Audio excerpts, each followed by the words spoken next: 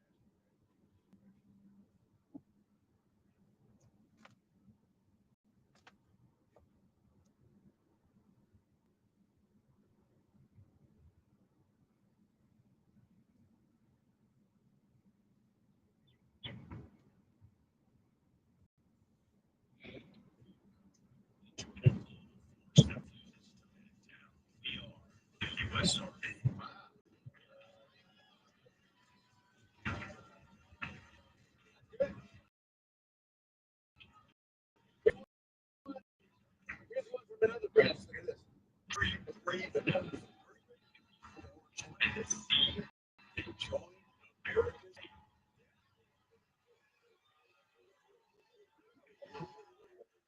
okay, then here's one more. Are you fearless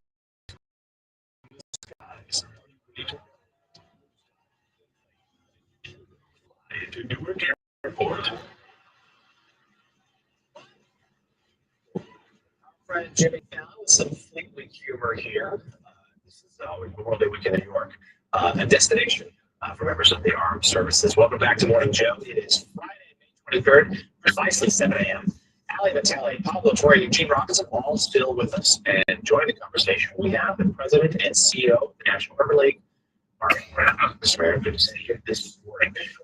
We'll begin this hour with the Trump administration escalating its fight with Harvard University and now blocking the school's ability to enroll international students. NBC News senior White House correspondent Garrett Haake has details. The Trump administration escalating its battle with Harvard University, barring the school from enrolling foreign students and ordering the more than 6,700 currently enrolled to transfer or lose their legal status. 27% of their students are foreign students, and they will have to find some other university to go to, and hopefully they find one that cares about them and provides a safe environment. The White House saying Harvard has become a, quote, hotbed of anti-American, anti-Semitic, pro-terrorist agitators, adding the university is now must face the consequences of their actions. This should be a warning to every other university to get your act together. Harvard calling the government's action unlawful, adding, we are fully committed to maintaining Harvard's ability to host our international students and scholars. Is sending in its stress. Carl Bolden is studying government. Do you think he'll be back at Harvard in the fall? It's hard to call that.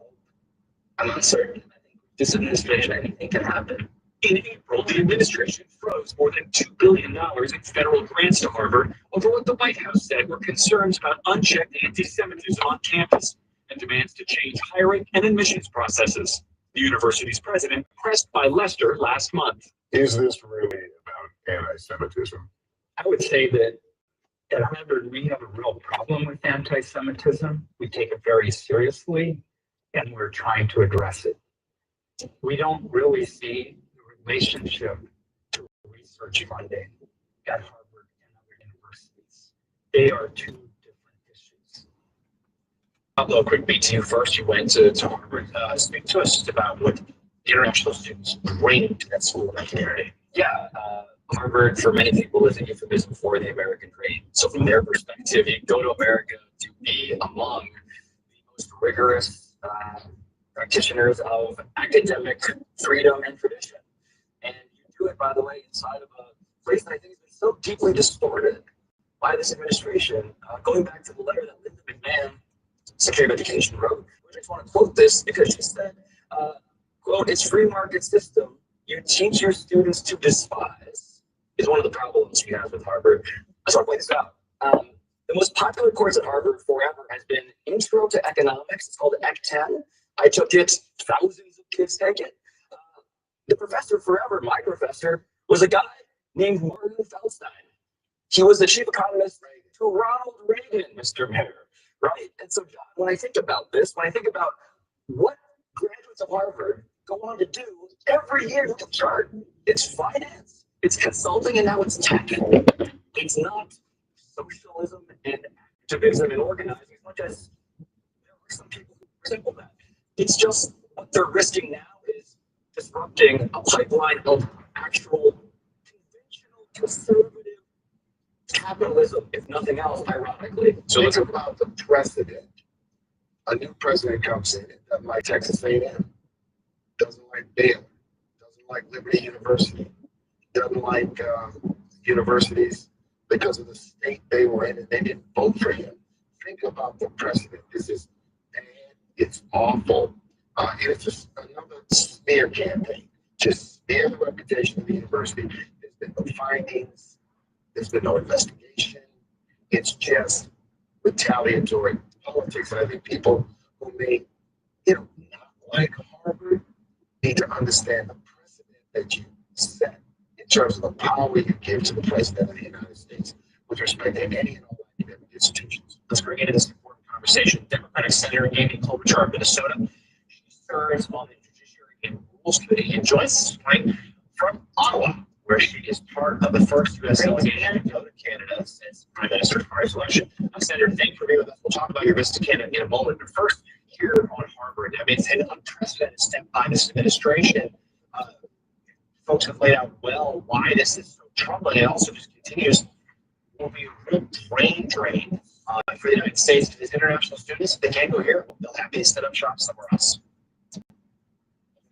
Completely. And first of all, I'm sure they're going to bring this to court or it's going to be dealt with in some way because you can't, as was just pointed out, you cannot just single out one college and say they can't bring in students when this has been working well for so many years for so many schools.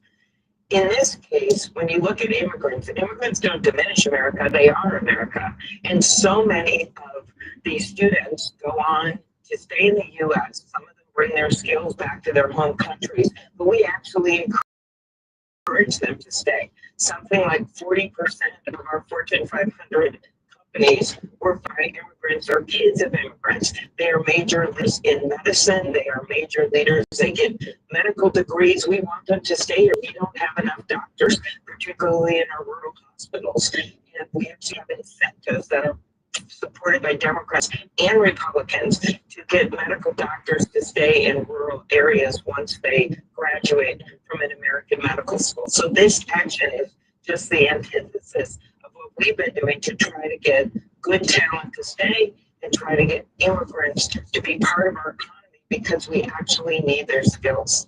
Senator, the Trump administration has used anti-Semitism as justification for this movement, as well as crackdowns at other colleges. Now, I think many have argued that they're exaggerating the issue, using this cover to do what they just really want to do, which is a campaign of retribution. But anti-Semitism certainly has become a real problem, or persists as a problem on some of these campuses.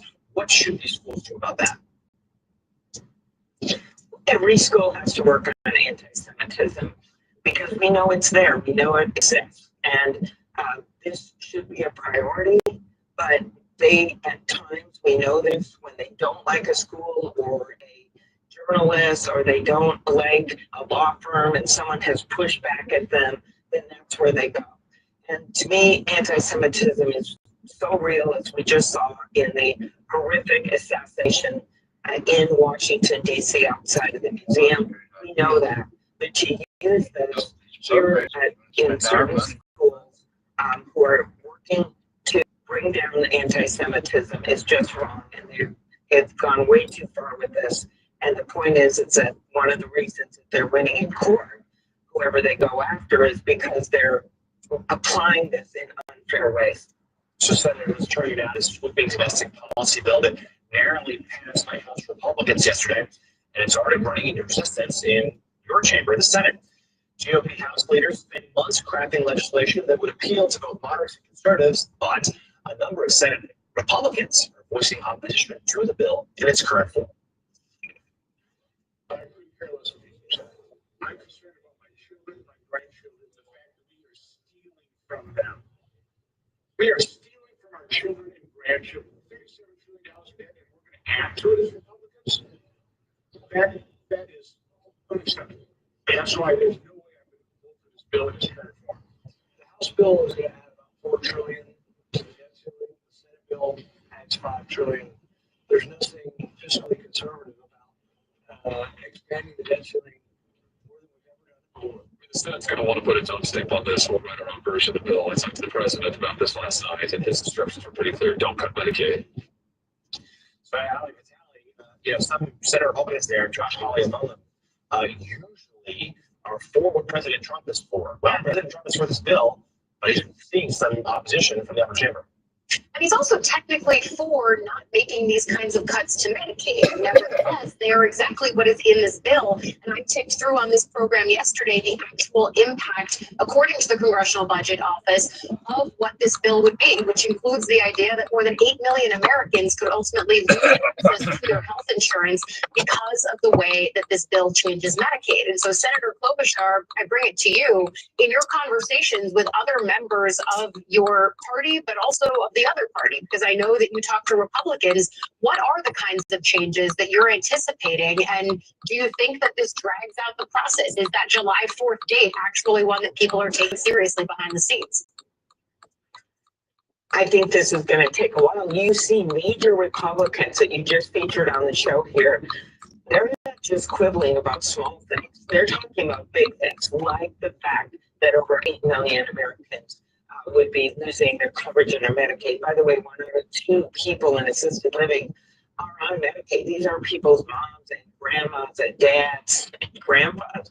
Secondly, the debt issue that you raised. It's just, we're talking here about $3 trillion in 10 years, and there are many, both on the Democratic and Republican side, that don't want to see that. And the way you get at this is what the Americans think. A recent poll showed 58% of Americans thought that you should actually raise taxes on the wealthiest, on billionaires. You should raise taxes in order to make sure you're maintaining healthcare services and groceries and the like for so many Americans. This bill goes the opposite. It's not a big, beautiful bill. It's a big betrayal of the middle class. And Senator, let's close on why you are in Ottawa this morning. I understand like the playoffs are in full swing. I don't think that's what it is.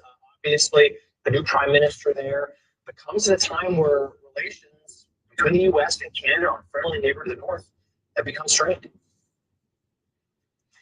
So this is the first bipartisan congressional delegation that to meet with Prime Minister Carney. We're really looking forward to it.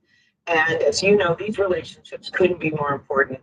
America, Canada, it's Canada that draped on their embassy, friend, partner, ally, fighting alongside each other in 2 world wars. Canada, the first on the ground after 9/11.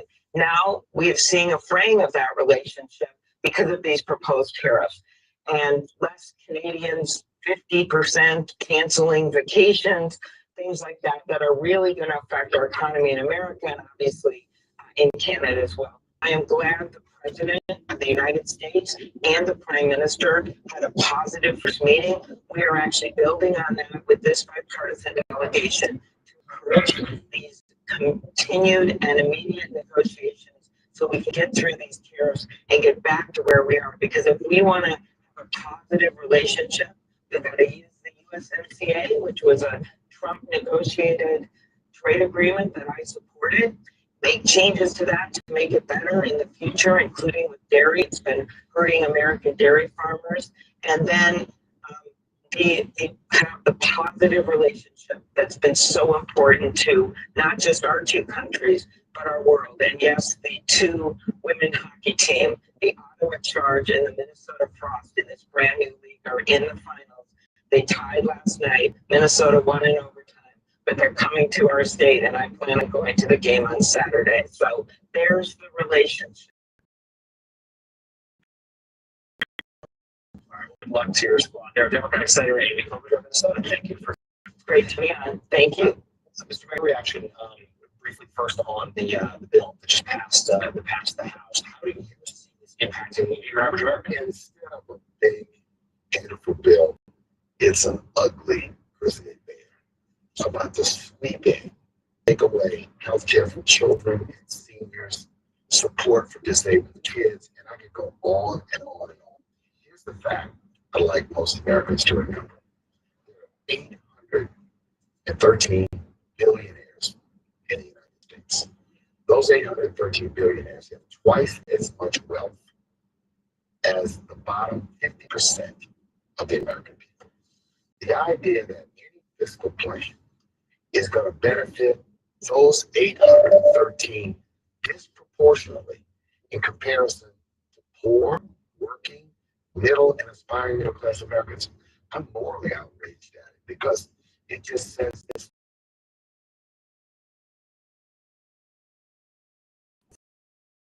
You don't count, but it also sends another message. That is that politicians run for office, make promises, and break them. Read my lips moment for President Trump. He, in fact, said, I'm not going to cut Medicare, I'm not going to cut Medicaid, I'm not going to touch Social Security. His own GOP caucus has touched or put in place a plan that has to core into that if they're going to meet the target. So the Senate is right. They should take this plan It's rubbish. Put it in the garbage can, start all over and try to work out something that benefits all. It's going to hurt people, seniors, children, kids, families in a material way.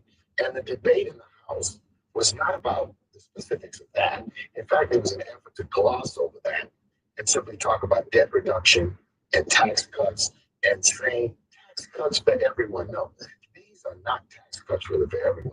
This is something for a disproportionate group of Americans who are way up at the top, where very few of us can see. And so many Democrats knew, well, that's why they had to pass it in the middle of the night. So, Mr. Mayor, this Sunday marks 5 years since the murder of George Floyd. Floyd's story, of course, shook the nation, setting off a massive wave of protests and calls for a racial justice reckoning across the country. But now that some time has passed, a new report from the National Urban League is asking, was it a moment or a movement? Mayor Morial, this is from the organization that you, of course, lead. What did you find out? In the past, and continue program solely for peaceful purposes, that they do not seek the nuclear weapon. And right now, they say that they are going to these talks to see whether or not they can map out the way forward with the Trump administration, where they feel that the Trump administration is serious. Obviously, the Trump administration itself has also said that they have issues that they want to bring across these talks today. Extremely important on whether or not the talks continue and whether or not they can come to a successful conclusion. Yeah, if they're on any trajectory towards success, this is a key day in trying to figure that out. It's great to see Fred Blanken in Tehran for us. We're going to get back to Fred shortly, Sarah. All right, ahead, a crucial test for Newark Airport that has seen several air traffic control failures. We're at the airport live. It's a record-breaking 45.1 million Americans are set to travel this Memorial Day weekend. Plus, insane testimony in the Sean Combs sex trafficking trial. Rapper Kid Cudi claiming Sean Combs broke into his house, unwrapped his family's Christmas presents, and treated his dog like a hostage. More an explosive day in testimony. Ahead.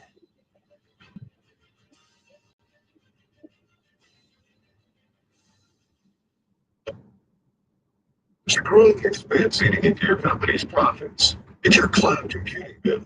You may have gotten a deal to start, but now the spend is sky high and increasing every year. What if you could cut your cloud bill in half and improve performance at the same time? Well, if you act by May 31st, Oracle Cloud Infrastructure can help you do just that. OCI is the next generation cloud designed for every workload, where you can run any application, including any AI projects, faster and more securely for less. In fact, Oracle has a special promotion where you can cut your cloud bill in half when you switch to OCI. Savings are real. On average, OCI costs 50% less for compute, 70% less for storage, and 80% less for networking. Join Skydance Animation and today's innovative AI tech companies will upgrade it to OCI. Offer only for new U.S. customers with a minimum financial commitment. See if you qualify for half off at oracle.com/CNN. That's oracle.com/CNN. Statements not been evaluated by the FDA. This product is not intended to diagnose, treat, or prevent any disease. Hey, it's me, your liver. You know, the organ that helps you recover every weekend after pizza, donuts, and all those drinks. When you have a headache, you take an aspirin. You have a stomachache, you pop it in. Where's the love for your best buddy, the liver? The least that you can do to help me stay healthy is take Active Liver from New Nordic. Active Liver tablets contain high-quality, all-natural ingredients like milk thistle, clove artichoke, and turmeric extracts, which are proven to keep me healthy and you feel 5 steps forward and 8.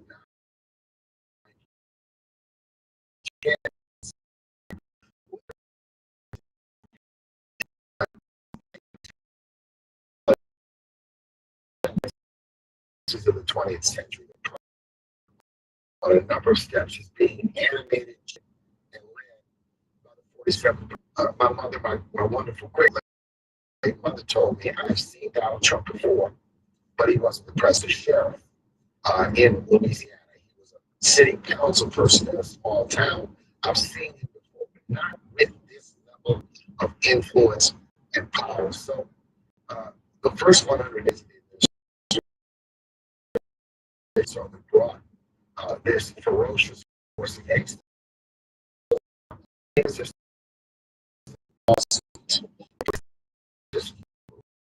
is only in its earliest stages because people across the board just Atlanta federal court is reinstating Department of Education reinstating the MPPA, saying that if you can't eliminate those agencies, there's a process.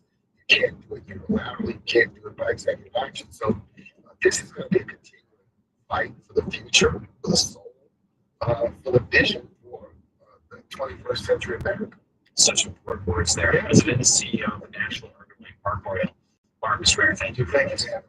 Appreciate it. Yeah, there it is. There it is. Thank you.